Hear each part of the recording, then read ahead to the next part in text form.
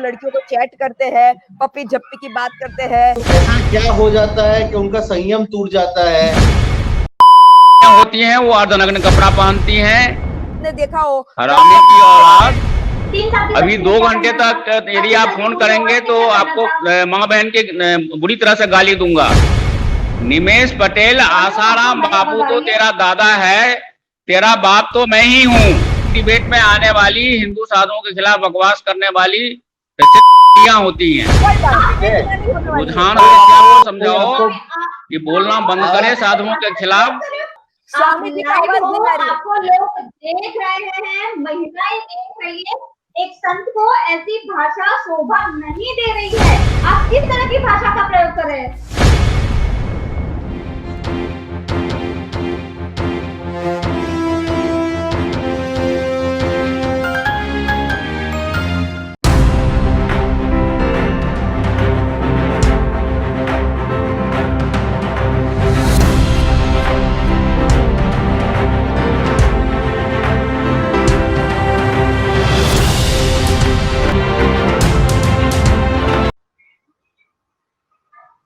નમસ્કાર દર્શક મિત્રો, હું પ્રીતિ મહેતા આપનું સ્વાગત કરું છું ઝેડ પ્લસ ન્યૂઝમાં। દરેક ખબર પર રહેશે અમારી નજર।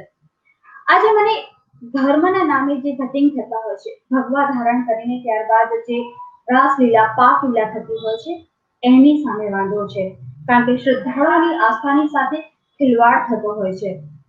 તો આ જો ખિલવાડ ન થાય તેના માટે શું કરવું જોઈએ? ક્યાં એવી વસ્તુ હોય છે કે જેના કારણે સંત પોતાની મર્યાદા ભૂલી જતા હોય છે? बस आ मुद्दे चर्चा करवा माटे मारी साथे स्टूडियो में जोड़ाई गया है बिग बॉस फेम स्वामी ओम।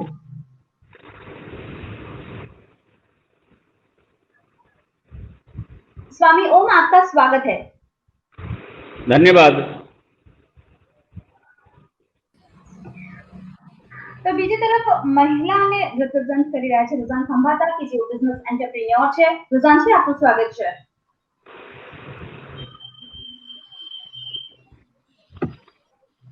तो बीजी तरफ धर्मना नामे जे आडंबर थता होय छे, तो तेमां सौथी वधारे जेने लागणी उभाती होय छे ते होय छे श्रद्धाळु। बस एवा ज एक श्रद्धाळु हमारी साथे जोड़ाई गया छे, जेनुं नाम छे शक्ति पटेल। शक्ति जी, आपनुं स्वागत छे। नमस्कार।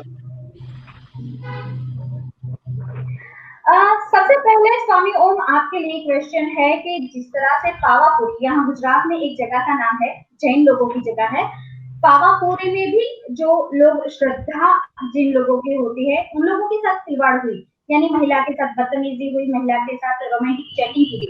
तो आप क्या मानते हो? क्योंकि जिस तरह से डॉक्टर एक ओथ लेते हैं, डॉक्टर कि हम दर्दी को बचाएंगे, भगवान के नाम पे तो संत भी ओथ लेते हैं, प्रतिज्ञा लेते हैं कि हम धर्म की रक्षा करेंगे। तो क्या इस तरह से रक्षा की जाती है? आप क्या बताएंगे? जी स्वामी को।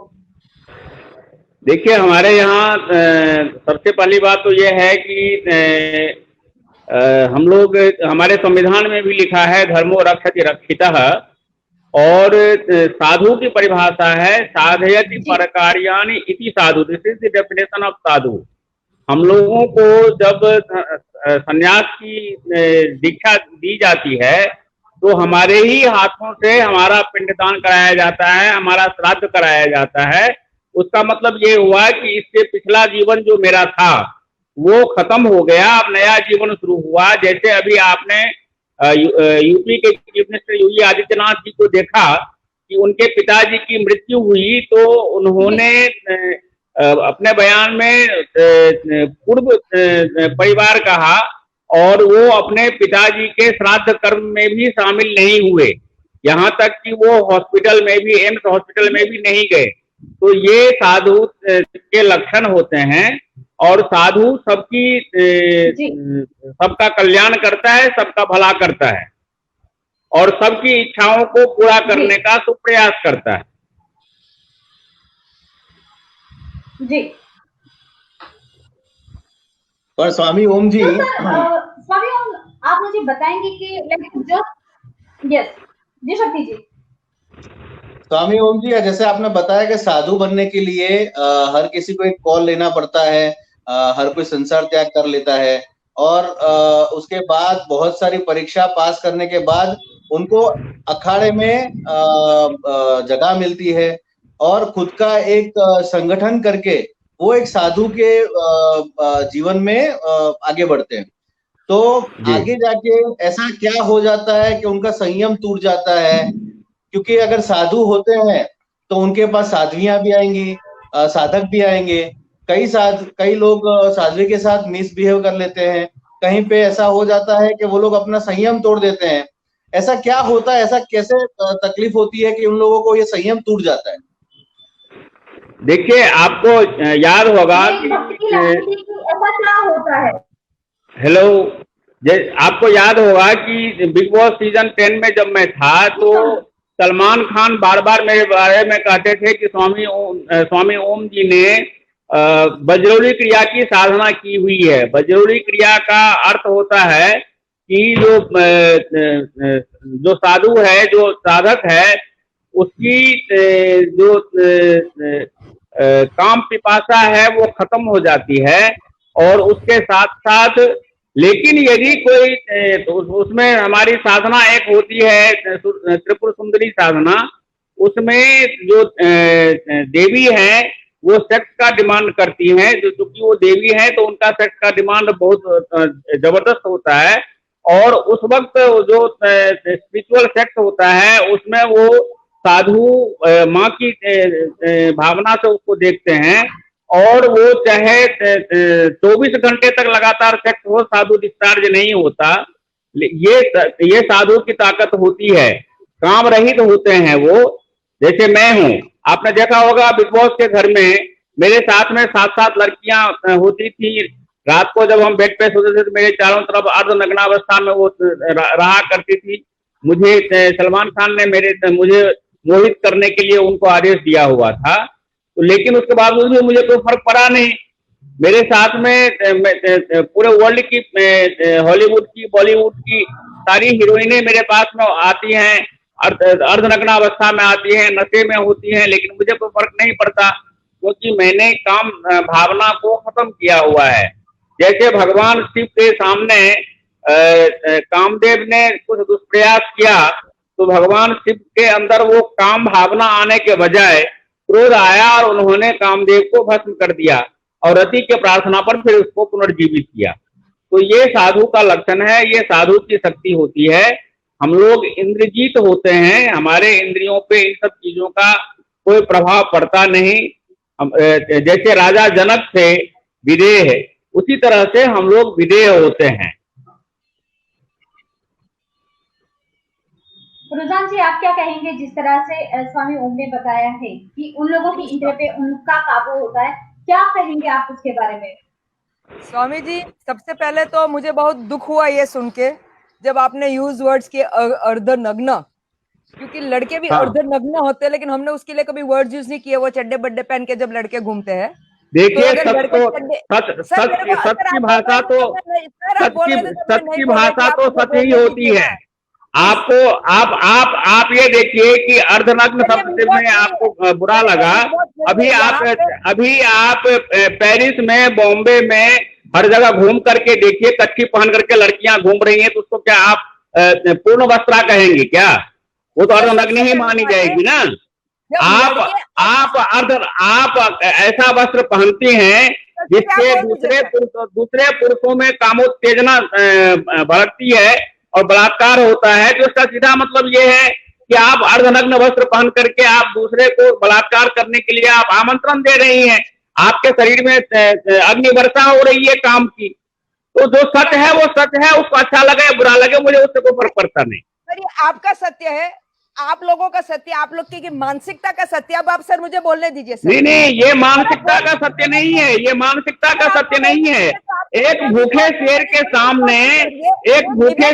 सामने यदि कोई उसका आहार पहुंच जाएगा तो उसके अंदर तो भूख और बढ़ेगी ही ना। तो ये भूख बढ़ाने वाली की गलती है, उस भूखे शेर की गलती नहीं है।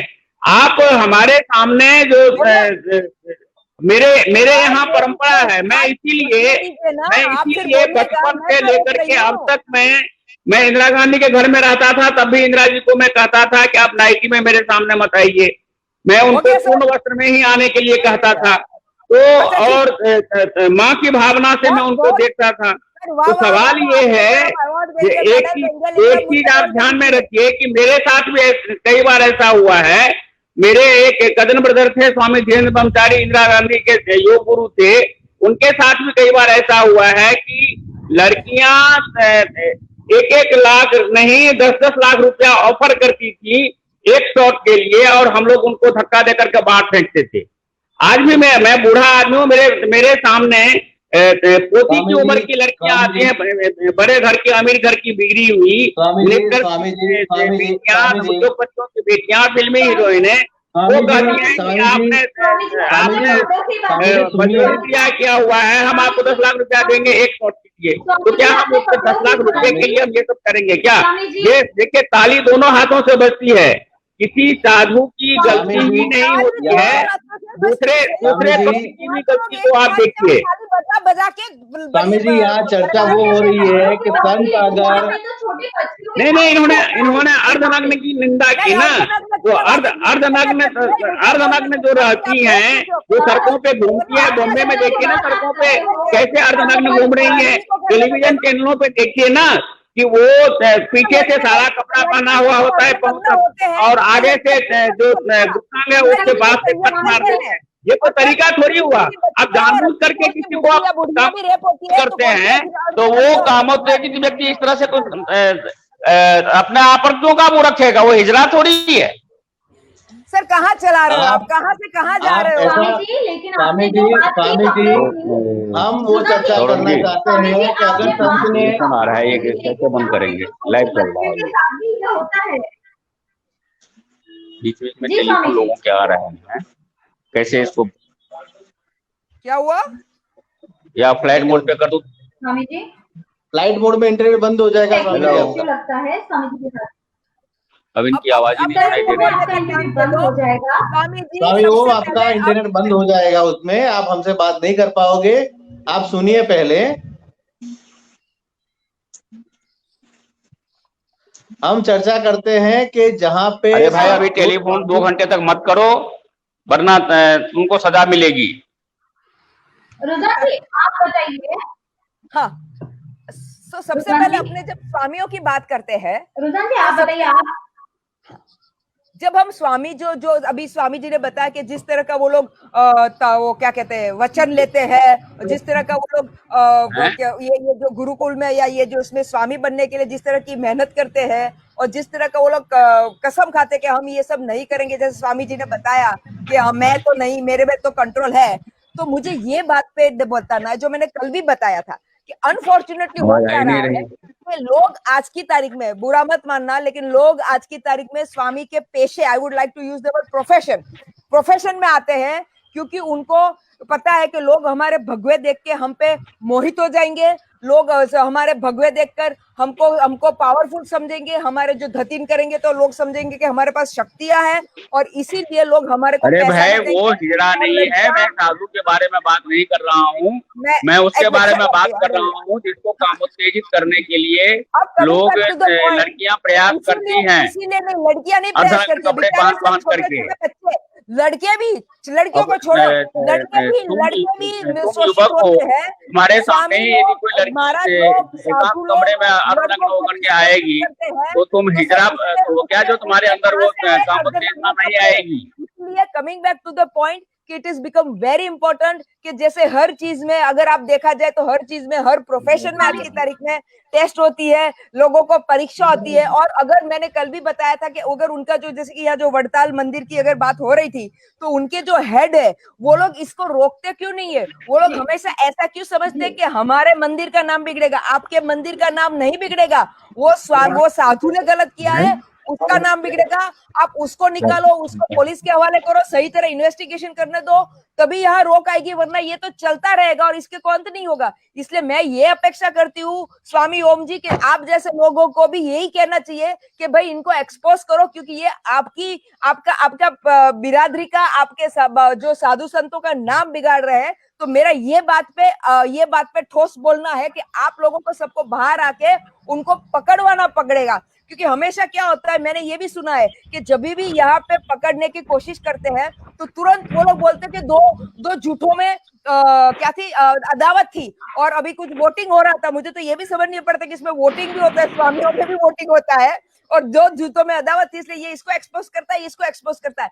पॉइंट वो नहीं है कौन किसको एक्सपोज करता है, पॉइंट वो है कि गंदगी है तो वो लड़की की आवाज नहीं आ रही, एक्सपोज निकालना इंपॉर्टेंट नहीं है। इसीलिए जरूरी है कि इस पे ठोस कदम दिए जाए, वरना यहाँ पे अगर अभी आप भी कमेंट्स देख रहे हो फेसबुक के, छोटा बच्चा भी अब बोल रहा है कि भाई अर्धनग्न कपड़े पहनने से कोई रेप नहीं होता है और ये लड़के भी पहनते हैं। ये जो लड़के लोग जो कमेंट कर रहे हैं, यही लड़के नशा करके लड़कियों के साथ में बलात्कार करते हैं। लड़ने की जरूरत है आपको, सिर्फ ये नहीं बोले कि हाँ मैं नहीं करता हूँ, मैं सबसे अच्छा हूँ। ये दोगले लोग हैं उन लोगों जो ऊपर से तो इनका मन पापी है और अंदर से तो मन पापी है, ऊपर से दिखावा करते हैं एक्टिंग करने का। तो क्या लड़कियों को आदत है कि आधे कपड़े पहन के लड़कियों पे कूद पड़ेगी? साधु कभी किसी को नहीं छेड़ता। इसीलिए सर इट इज इम्पोर्टेंट, साधु नहीं छेड़ता सर। अब इनको व्हाट्सएप की चैटें दिखा दो, साधु के अंदर कोई काम भावना होती ही नहीं है। हम तो वो साधु चैट में लिखते हैं पप्पी दो झप्पी दो, फिर वो लड़की, ये तो संभव है कि लड़की उस भावना से गई हो और साधु ने मना किया हो तो उसने छेड़खानी का FIR दर्ज करा दिया। 32 साल की वो औरत है, उसको सेक्स के बारे में सब पता है, ये गलत आदमी है वो, कि सेक्स क्या होता है।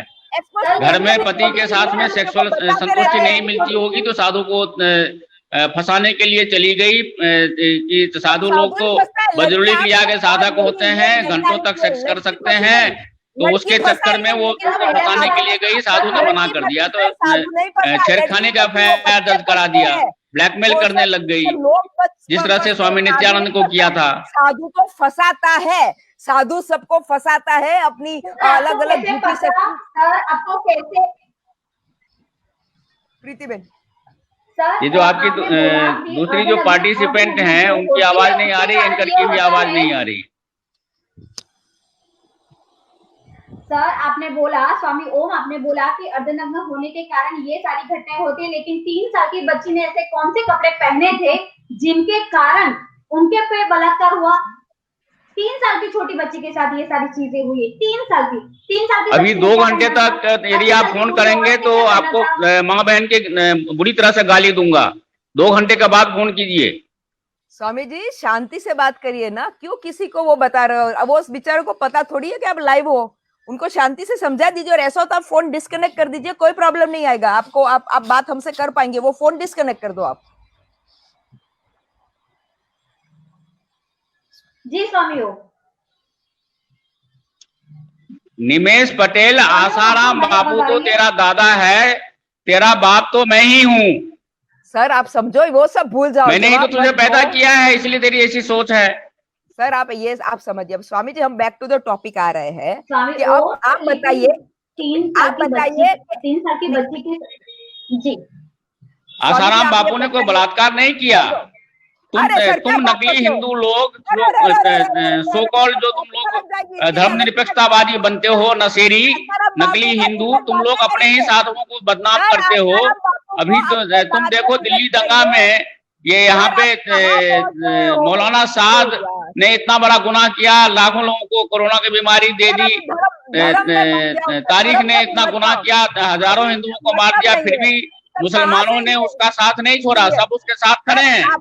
लेकिन तुम नकली हिंदू लोग अपने आप को गुलामी का DNA तुम्हारे अंदर है। तुम लोग हिंदुओं की पैदाइशी नहीं हो, मुसलमानों के पैदाइश हो। सहमत नहीं होते उसका मतलब ये नहीं कि वो गलत है, ठीक है हम सहमत नहीं हो रहे, लेकिन वो गलत नहीं है, वो अपनी जगह सही है। दरअसल तुम हिंदू के पैदाइश नहीं हो, तुम तो मुसलमान के पैदाइश हो, इसीलिए अपने हिंदू आसाराम बापू जैसे महान संतों के खिलाफ इतनी बकवास कर रहे हो।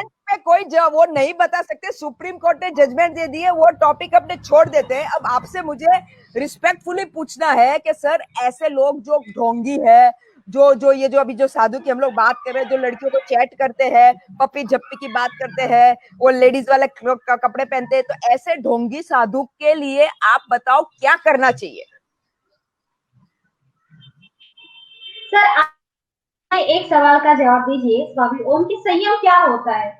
शंकर नाम तो तुम्हारा शंकर है, लेकिन तुम हो वर्ण शंकर।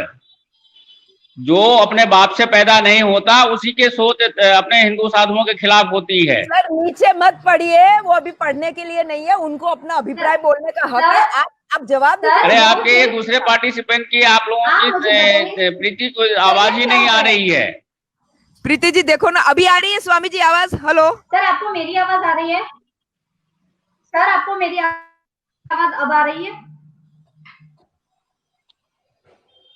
सर, आपको मेरी आवाज आ रही है? मैं तो 130 करोड़ हिंदुओं का मैं बाप हूँ, 130 करोड़ हिंदू मेरे बच्चे हैं, उसमें से तुम शामिल नहीं हो क्योंकि तुम वर्णशंकर हो, जो अपने साधुओं के खिलाफ बोलते हो। ये हिंदू का औलाद नहीं हो सकता, ये सिर्फ मुसलमान का औलाद हो सकता है जो हिंदू विरोधी होता है। सर आप टॉपिक चेंज कर रहे हो। सर आपने मैं हर महीने गुजरात आता हूँ, हिम्मत हो तो मेरे सामने आकर के दिखाना। मेरी जो आर्मी के ओम जी हिंदू आर्मी के लोग हैं वो तुम्हारे टुकड़े टुकड़े कर देंगे वहीं पे। स्वामी जी आप मुद्दे से भटक रहे हो, हमारा चर्चा है। मैं हर महीने आता हूँ।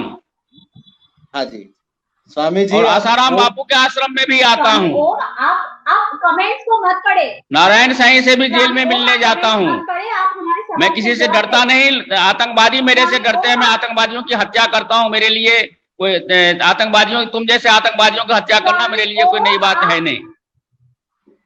स्वामी जी आप अगर अभी हम लोग आप मेरे सवाल का जवाब दीजिए, आप कमेंट मत पढ़िए, आप कमेंट मत पढ़िए, आप सिर्फ सवाल का जवाब दीजिए कि संयम आसाराम एक बहुत अच्छे संत हैं, उन्होंने लाखों मुसलमानों को, लाखों ईसाइयों को हिंदू बनाया, अपने घर पे वापस लिया।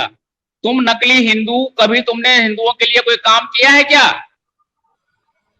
सर छोड़ दो ना, वर्णशंकर हिंदू, मुसलमानों के साथ में कुकर्म कराने वाले हिंदू, तुमने कभी कोई हिंदुओं के लिए काम किया है क्या?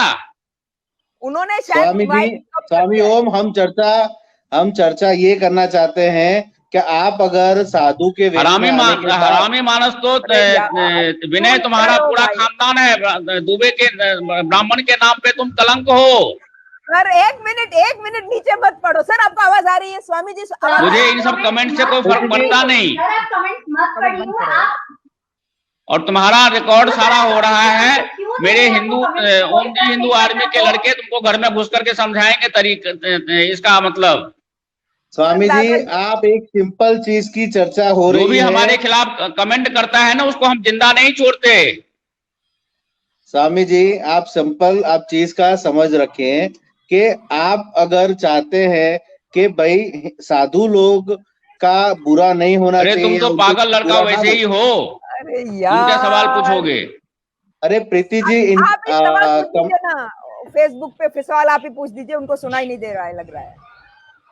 प्रीति जी हेलो स्वामी ओम, आपको सुनाई दे रही है मेरी आवाज? बाद में बात करो, लाइव शो पर आवाज नहीं खोलनी है उधर की, तो फिर ये टॉक शो आप रद्द कीजिए, मैं इस टॉक शो को छोड़ता हूँ।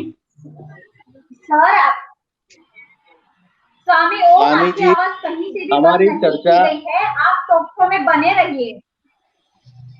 आप टेक्निकल किसी की आवाज नहीं आ रही है आपके यहाँ से। फोन करो उसको, फोन करो स्वामी जी को स्वामी जी फोन आपको करिए आवाज ना। आ रही है अभी मेरी? तब तक स्वामी ओम मेरी आवाज आ रही है आपको? मदन जी हाँ जी, आप स्वामी जी को फोन करिए, तब तक मैं बात आगे चलाती हूँ।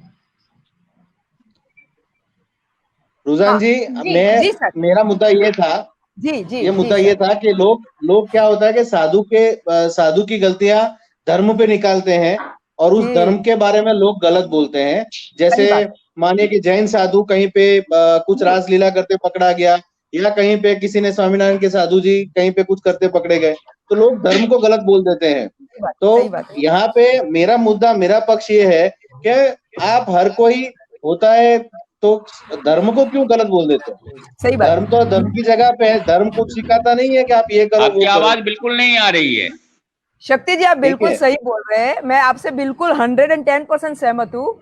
लेकिन होता क्या है मैं समझा दूं कि जब वो आदमी की पहचान क्या है, आदमी की पहचान वो पर्टिकुलर संगठन से। अब संगठन अगर जैन संगठन जैसी कोई कंपनी अगर कोई गलत कंपनी में होता है तो क्या कहते थे कि भाई ये कंपनी गलत है, बरोबर है, इसलिए फिर जो कंपनी का हेड होता है वो क्या करता है कि भाई उसके आदमी के सामने जो भी इंक्वायरी करता है उसको निकाल देता है।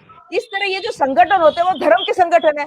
और आप आवाज खोलिए, वरना ये शो को मैं छोड़ रहा हूँ। वो जहां आदमी उस पे ज्वाइन हुआ है वो धर्म संगठन का ज्वाइन हुआ है, स्वामी ओम आवाज ऑलरेडी आपकी आ रही है। बदनाम कह रहे हैं, प्रॉब्लम वहां हो रहा है। इसलिए जरूरी है तो जो हेड हो वो ऑर्गन, जैसे कि आपने जैन ऑर्गेनाइजेशन की बात की, स्वामी नारायण की बात की, तो जो हेड है वो चुप बैठ जाता है, वो सब छुपाने की दबाने की कोशिश करता है। उसको ऐसा नहीं करना चाहिए सर, उसको बाहर आके धर्म का पक्ष लेके कि हाँ वो आदमी ने गलत किया है, धर्म गलत नहीं है, संगठन गलत नहीं है, वो संप्रदाय गलत नहीं है, लेकिन आवाज कैसे गलत है, ये कहने का जरूरी है। ये अगर नहीं होगा तो ऑब्वियसली लोग क्या बोलेंगे, तो लोग यही बोलेंगे कि भाई स्वामीनारायण संप्रदाय में ऐसा हो रहा है, जैन संप्रदाय में ऐसा हो रहा है, क्योंकि लोगों के पास कोई चॉइस ही नहीं है, क्योंकि कोई एक्शन तो ले नहीं रहा है, जो गलत हो रहा है उस पर कुछ हो नहीं रहा है, लोग परेशान हो गए। अगर आपने देखा हो हरामी की औलाद लोग, अरे सर एक मिनट, आवाज आपकी आ रही है सर, आपका आवाज आ रही है स्वामी जी? हमें आपका आवाज आ रहा है स्वामी ओम जी। आप अभी अपनी भाषा पे संयम रख ले जी। कौशिक ब्राह्मण के नाम पे कलंक, मुसलमान का औलाद। क्योंकि सारे जो कुमी लोगों ने तो 1000 साल तक मुसलमानों का गुलाम बना करके रखा हिंदुस्तान को। स्वामी ओम आपकी भाषा पे आप किस तरह की बातें कर रहे हैं? मुझे प्रीति किसी की आवाज सुनाई नहीं दे रही है, और सिर्फ ये इन हरामियों का सिर्फ कमेंट दिखाई दे रहा है। लाइव हो, आपको ये नकली हिंदू जो हैं, जो मुसलमानों से कुकर्म कराते हैं, सिर्फ उनका कमेंट दिखाई दे रहा है। सर स्वामी जी ये एब्यूजिव कमेंट करने वाले सारे के सारे मुसलमानों से के साथ कुकर्म करवाते हैं, होमोसेक्स करवाते हैं। हमको गाली नहीं आती है, हमको और चार आती है। और इन लोगों का सारा रिकॉर्ड यहाँ पर मैं कर रहा हूँ। इन सबके घर में घुस करके मेरे ओम की हिंदू आर्मी के लड़के इनको बताएंगे लॉजिकल ये एब्यूजिव कमेंट का मतलब क्या होता है। संस्कारी लोग गाली गलौज नहीं करते सर, संस्कारी लोग बातें करते। तुम लोग सारे के सारे एब्यूजिव कमेंट करने वाले अपने मौत को बुला रहे हो। जिस किसी ने भी मेरे खिलाफ एब्यूजिव कमेंट किया वो जिंदा नहीं रहा, वो ऊपर पहुंच गया नर्क में। कभी गाली नहीं देता है, और वो भी स्वामी जी वाले। तो आप स्वामी ओम स्वामी जी का आवाज नहीं आ रही। आपको लोग देख रहे हैं, महिलाएं देख रही है, एक संत को ऐसी भाषा शोभा नहीं दे रही है। आप किस तरह की भाषा का प्रयोग कर रहे हैं? प्रीति जी आप इनको फोन कीजिए, इनको आवाज नहीं आ रही है। प्रीति जी आप उनको फोन करो और उनको बोलो लॉग इन कर लॉग आउट करके वापस लॉग इन करे, तब तक मैं बात कर लेती हूँ। जी मैं मेरी टेक्निकल टीम को बता रही हूँ कि स्वामी ओम में की लाइव में कुछ टेक्निकल कमी है, उनसे कांटेक्ट किया जाए। उनको हमारी आवाज सुनाई नहीं दे रही है, लेकिन हम अरे पैसे बॉटम टू दर्ज वो तो मुसलमानों से कुकर्म करवाता रहा। आप लोग कोई फेसबुक पे लिखो ना कि स्वामी जी आप इस बात का संयम। एक सेकेंड। जेड प्लस न्यूज कभी भी इस बात का सहमत नहीं है कि एक महिला के लिए उसके कपड़ों के बारे में या ऐसी कोई भी अभद्र टिप्पणी की जाए। हम उसके पक्ष में बिल्कुल नहीं है। कपड़े पहनना, कैसे कपड़े पहनना, वो एक महिला की निजी बात है, जिसमें दखल देने का हक किसी को भी नहीं है, किसी को भी नहीं है। एक महिला के तौर पे मैं स्वामी ओम को बताना चाहती हूँ कि जिस तरह की बात उन्होंने इस टॉक शो में की है वो बिल्कुल नागवार है। जी रुझान जी शक्ति जी जिस तरह आप बता रहे थे, तो आप इसलिए अभी जरूरी हो गया है क्योंकि ऑब्वियसली ये जो पार्टिसिपेंट लड़की है ये तो खुद ही कुकर्मी है। अच्छी लड़की होती तो ये डिबेट में थोड़ी आती। स्वामी जी आप कुछ भी बोल दो, मैं गाली गलौज पे नहीं। डिबेट में कोई लड़की अच्छी लड़की नहीं, शरीफ लड़की नहीं आती है, वही आती है एंकर को छोड़ करके। एंकर शरीफ होती है, बाकी डिबेट में आने वाली हिंदू साधुओं के खिलाफ बकवास करने वाली सिर्फ रंडियां होती हैं। कोई कोई बात नहीं स्वामी जी, आपको जो बोलना है आपको छूट है और आपका हक बनता है स्वामी जी, इसमें आपकी मानसिकता खराब की गई और वो तो हर कोई जानता है, आप मानसिक खराब ये रुझान को समझाओ, ठीक है। रुझान वैश्या को समझाओ कि बोलना बंद करे साधुओं के खिलाफ, वरना नरक में पहुंचा दी जाएगी। नहीं स्वामी जी, मुझे कोई सत्य के पीछे, एक मिनट मुझे बता देने जी स्वामी जी, मुझे सत्य के मैं साथ खड़ी हूँ। आप कुछ भी बोलोगे तो मेरे को कोई उत्तेजना नहीं होने वाली, और हिम्मत है तो आवाज खोल करके दिखाओ। अरे यार, तुम लोगों ने डर के मारे आवाज बंद कर रखा है। सर आवाज ऑलरेडी सब लोग, एक कमेंट लगे सर, आप सबको आपकी आवाज आ रही है, लिखो कमेंट लिखो ना, हाँ कि आवाज क्लियर आ रही है। अच्छा स्वामी जी सुनिए, आपको पता नहीं क्यों नहीं आवाज आ रही है, वरना आप लॉग आउट करके लॉग इन करो। लेकिन जब तक आपको नहीं आ रही है, मैं हमारे दूसरे जो दर्शक मित्र जो जुड़े हुए हैं, जो आपसे बातें कर रहे हैं और जिनको आप कपड़ों से ही उसके आचार विचार का पता लगता है। जो वेश्याएं होती हैं वो अर्धनग्न कपड़ा पहनती हैं, और जो शरीफ होती हैं वो सीता और माँ लक्ष्मी और पार्वती की तरह पूरी ढकी हुई होती है। सर आप समझो, जो हम अगर आप सीता जी को कहते हो तो हमारी बहनें भी सीता जी जैसे ही कपड़े पहनती है, हमारी छोटी छोटी बेटियां। पागल लड़का तो तू है ही, तूने नाम ही अपना पागल लड़का रखा हुआ है। तो फिर सर आप क्यों उसको बोल रहे हो? मुसलमानों से कुकर्म करा करा करके पागल हो गया है। सर आप समझिए, आप कहाँ, कुछ मैसेज आया था।